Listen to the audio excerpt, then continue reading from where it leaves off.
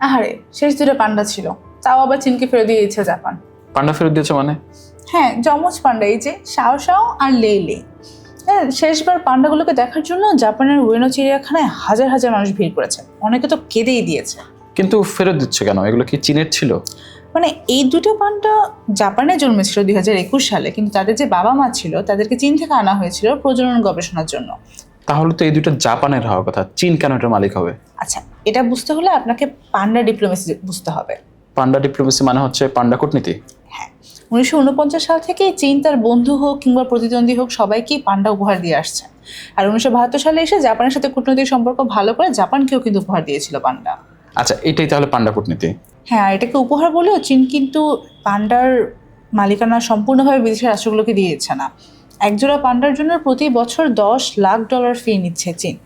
আর ওই উপহার দেওয়া পান্ডাগুলো থেকে যদি কোনো পান্ডা জন্মায় বিদেশে, ওগুলোর মালিকানাও কিন্তু চীনেরই। এটাকে পান্ডা লোন বলা হয়। আচ্ছা, এবার বুঝতে পারছি, কিন্তু জাপান কেন ফেরত দিচ্ছে? এই যে তাইওয়ান ইস্যুতে জাপান আর চীনের সম্পর্ক খারাপ হয়ে গেল না?